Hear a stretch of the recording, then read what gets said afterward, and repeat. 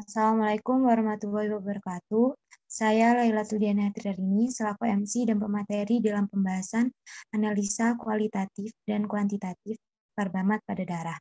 Dengan judul yang diambil adalah pengaruh pestisida karbamat terhadap kejadian anemia pada petani bawang merah di Desa Pamengger, Jatibarang, Brebes.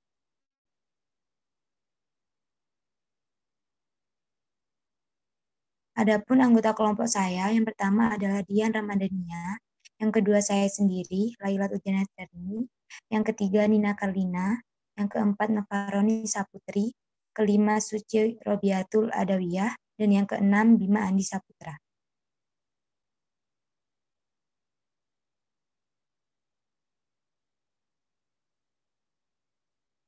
Untuk materi yang pertama yaitu pendahuluan. Pestisida merupakan bahan kimia, campuran bahan kimia atau bahan-bahan lain yang bersifat bioaktif dan racun. Pestisida seperti karbamat dapat menimbulkan efek pada serangga, mamalia, dan manusia, yaitu melalui inhibisi asetilkolinesterase pada saraf. Pestisida karbamat menghambat enzim asetilkolinesterase atau ACHE melalui proses fosforilasi bagian ester anion.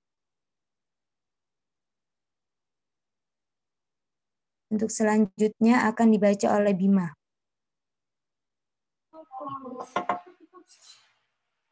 Cara kerja pestisida. 1. Pestisida golongan organoklorin bekerja dengan merangsang sistem saraf dan menyebabkan paratesia, peka terhadap rangsangan, iritabilitas, terganggunya keseimbangan, tremor, dan kejang-kejang. Cara kerja zat ini tidak diketahui secara tepat. Beberapa zat kimia ini bekerja pada sistem saraf. 2. Pestisida golongan organofosfat dan karbonat memiliki aktivitas antikolinesterase seperti halnya cara kerja semua jenis pestisida organofosfat dan karbonat sama, yaitu menghambat penyaluran infus saraf dengan cara mengikat kolinesterase sehingga tidak terjadi hidrolis asetilkolin.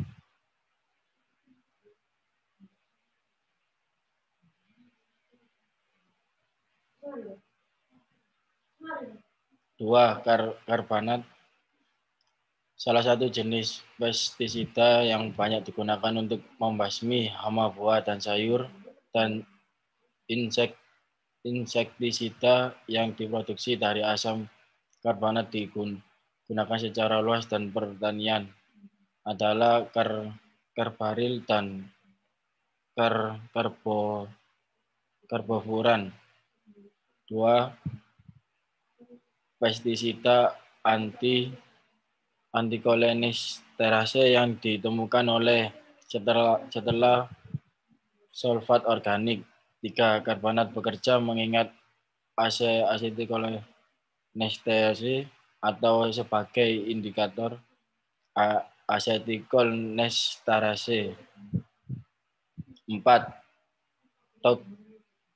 Toksisitas pada manusia cukup tinggi sehingga penggunaannya hanya dilakukan secara berhati-hati. 5. Beberapa insektisida yang termasuk golongan karbonat adalah adikat, karbafil, karbofural, proposur, dan lain-lain.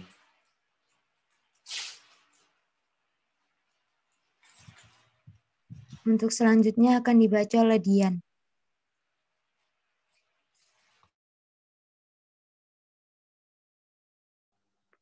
Analisis karbamat. Secara kualitatif, prosedurnya yang pertama tahap 1 atau uji reagen. Indikator dan larutan substrat diuji dengan daerah subjek kontrol normal atau atau seorang yang sehat yang diketahui tidak terpapar dengan pestisida. Tahap kedua atau pengambilan darah. Sebuah tabung reaksi berisi larutan indikator disiapkan untuk kontrol dan untuk setiap objek penelitian akan diuji sampel darah 0,01 ml diambil dengan tusukan di ujung jari, kemudian diambil dengan sling pipette dan dimasukkan dalam tabung reaksi dicampur hingga homogen.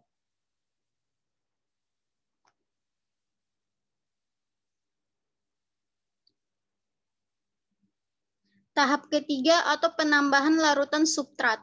Setiap tabung ditambahkan larutan substrat 0,5 cc yang dimulai dengan tabung kontrol. Pada saat penambahan substrat ke dalam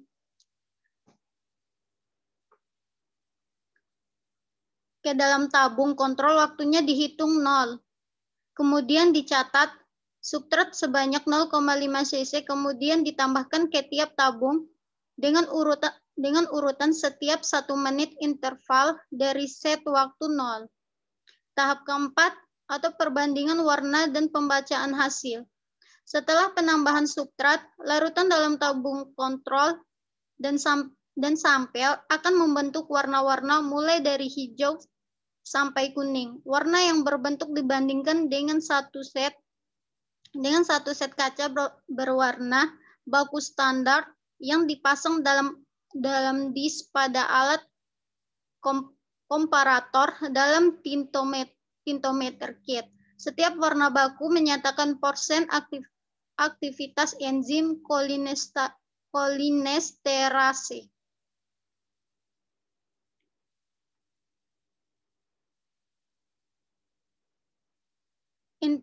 Interpretasi hasil.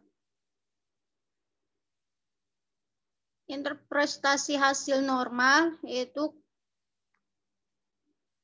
lebih besar 75% sampai 100%.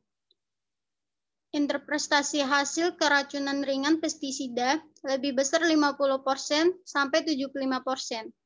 Interpretasi hasil keracunan sedang pestisida lebih besar 25% sampai 50%. Interpretasi hasil keracunan berat pestisida 0% sampai 25%.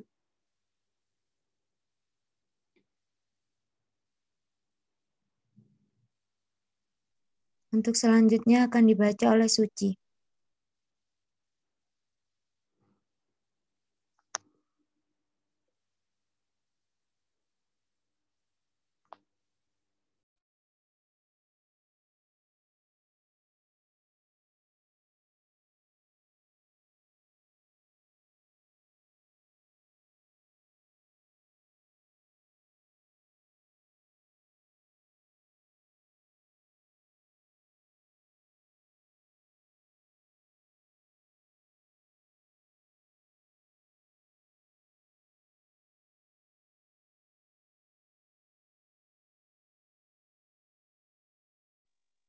Pemeriksaan kadar kolinesterase. Dengan metode fotometrik, prinsipnya kolinesterase mengkatalis hidrolisis dan butyrithiokolin menjadi tiokolin menjadi asam butirik. Konsentrasi tiokolin dan asam butirik ditentukan dari pengukuran jumlah heksasianoferat 3 pada panjang gelombang 405 nanometer. Butiril tiokolin ditambah H2OCHE tiokolin ditambah asam butirik 2 tiokolin dan 2 OH ditambah 2 heksasianoferat 3 ditiobis atau kolin ditambah 2 heksasianoferat 3.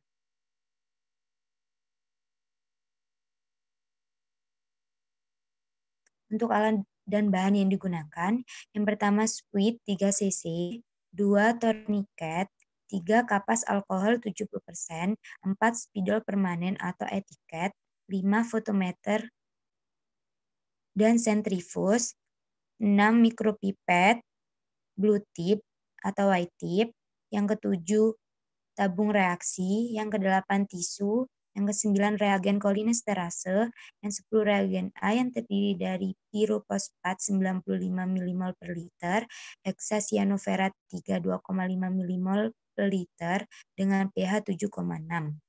11 reagen B yang terdiri dari butiril tiokolin 60 mmol per liter.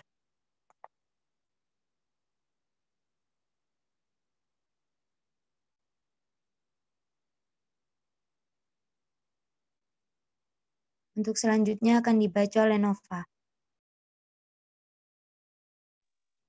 Cara kerja. 1. Pengambilan sampel darah vena. 1. Memilih lengan yang banyak melakukan aktivitas dan saat pengambilan sampel posisi pasien harus lurus, jangan membengkokkan siku. 2. Meminta pasien untuk mengepalkan tangan. 3. Memasang tourniquet kurang lebih 10 cm di atas lipat siku. 4. Memilih vena mediana cubiti atau cepalik. 5. Membersihkan kulit pada bagian yang akan diambil darahnya dengan alkohol 70% dan dibiarkan kering untuk mencegah terjadinya hemolisis dan rasa terbakar. Kulit yang sudah dibersihkan jangan dipegang lagi. 6. Menusuk bagian vena tadi dengan lubang jarum menghadap ke atas. Bila jarum berhasil masuk vena, akan terlihat darah masuk dalam sepuit. Bila darah tidak keluar, posisi penusukan harus diganti. Bila terlalu dalam, ditarik sedikit dan sebaliknya. Mengusahakan darah dapat keluar dengan 1 kali tusuk. 7. Tourniquet dilepaskan setelah volume darah 2 cc dan meminta pasien untuk membuka kepalan tangannya. 8. Jarum ditarik atau dilepaskan dan segera diletakkan kapas alkohol 70% di atas bekas suntikan untuk menekan bagian tersebut selama kurang lebih 2 menit. Setelah darah berhenti, plester diletakkan pada bagian ini selama kurang lebih 15 menit.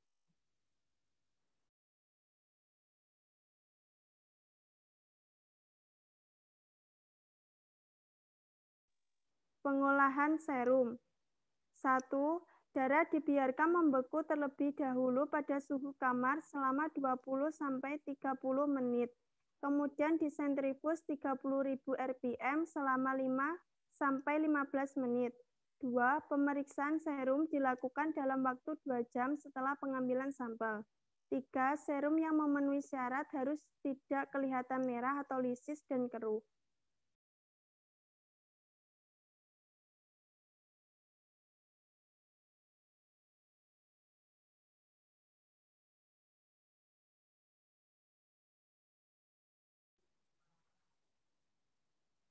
Tiga, preparasi reagen.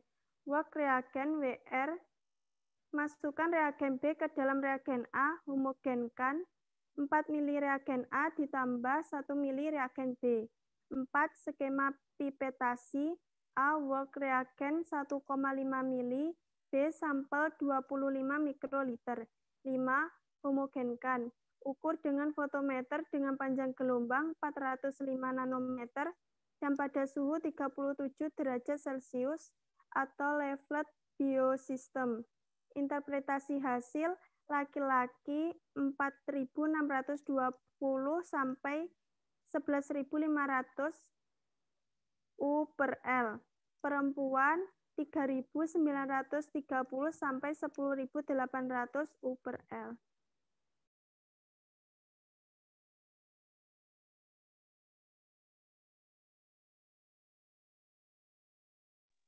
Untuk selanjutnya akan dibaca oleh Nina. Pemeriksaan hemoglobin. Prinsipnya, hemoglobin darah diubah menjadi asam hematin dengan pertolongan larutan HCl.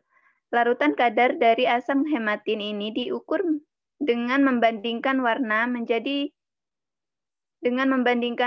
yang terjadi dengan warna standar memakai mata biasa. Alat dan bahan yang digunakan, hemoglobinometer atau hemometer Sahli terdiri dari gelas berwarna sebagai warna standar, tabung hemometer pengaduk dari gelas, pipet Sahli yang merupakan kapiler, dan mempunyai volume 20 mikroliter. Pipet Pasteur, kertas saring atau tisu atau kasa kertas saring atau kasa kertas kering.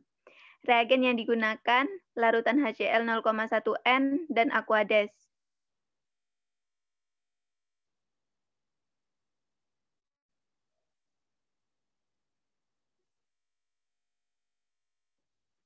Cara pemeriksaan pertama, tabung hemometer diisi dengan larutan HCl 0,1 N sampai tanda 2. Hisap darah kapiler atau vena dengan pipet Sahli sampai tepat pada tanda 20 mikroliter. Yang kedua, hapuslah kelebihan darah yang melekat pada ujung luar pipet dengan kertas tisu secara hati-hati. Jangan sampai darah dari dalam pipet berkurang. Yang ketiga, masukkan darah sebanyak 20 mikro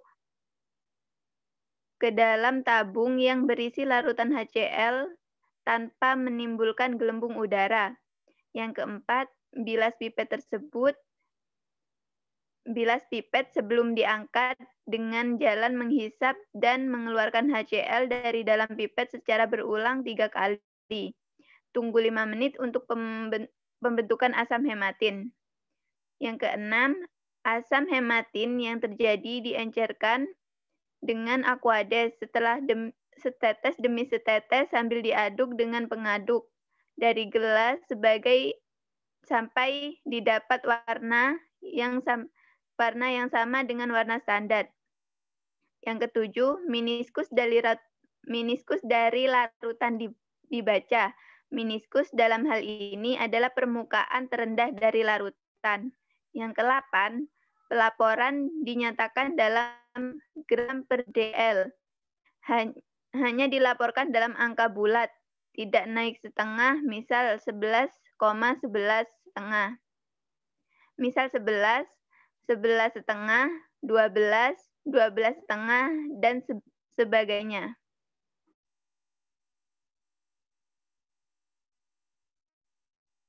Nilai normalnya pada laki-laki 14 sampai 18 gram per dl, sedangkan pada wanita 12 sampai 16 gram per dl.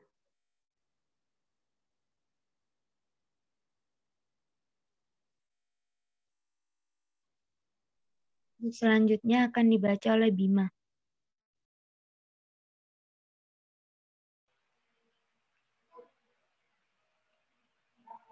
Pembahasan 1. Untuk mendeteksi ada tidaknya karbonat pada darah dengan memeriksa kadar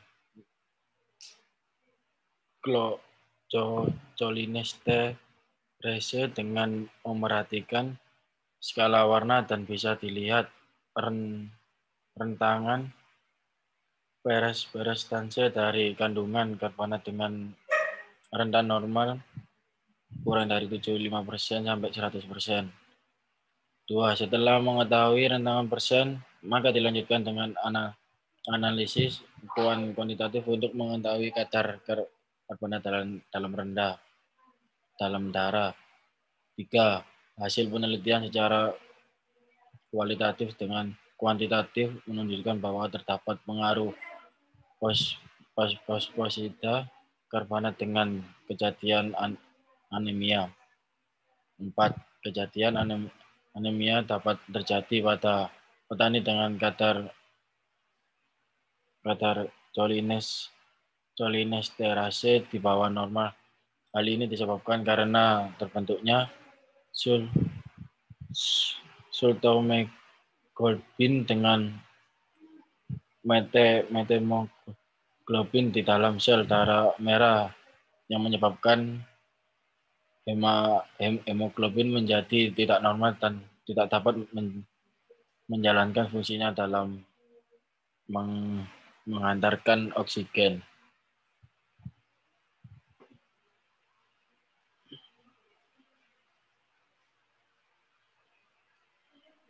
Adapun kesimpulan yang diambil dalam pembahasan kali ini, yang pertama adalah untuk mendeteksi ada atau tidaknya dan kadar karbonat pada darah dengan memeriksa kadar kolinesterase. Karena karbamat bekerja mengikat asetilkolinesterase atau sebagai inhibitor asetilkolinesterase, sehingga semakin rendah kadar kolinesterase pada darah, semakin banyak kandungan karbamat pada darah orang tersebut. Analisa kualitatif menunjukkan bahwa alat tintometer kit hanya menunjukkan berapa persen rentangan karbamat pada darah petani, dan dari rentangan persen tersebut sudah mengindikasikan normal atau tidaknya kandungan karbamat dalam darah. Sedangkan analisis kuantitatif menunjukkan berapa kadar yang ditunjukkan oleh alat fotometer pada darah petani. Hubungan antara anemia dan kadar kolinesterase adalah jika kadar kolinesterase di bawah normal, maka petani tersebut akan mengalami anemia. Hal ini disebabkan karena terbentuknya sulthemoglobin dan methemoglobin di dalam sel darah merah dan menyebabkan hemoglobin menjadi tidak normal dan tidak dapat menjalankan fungsinya dalam menghantarkan oksigen.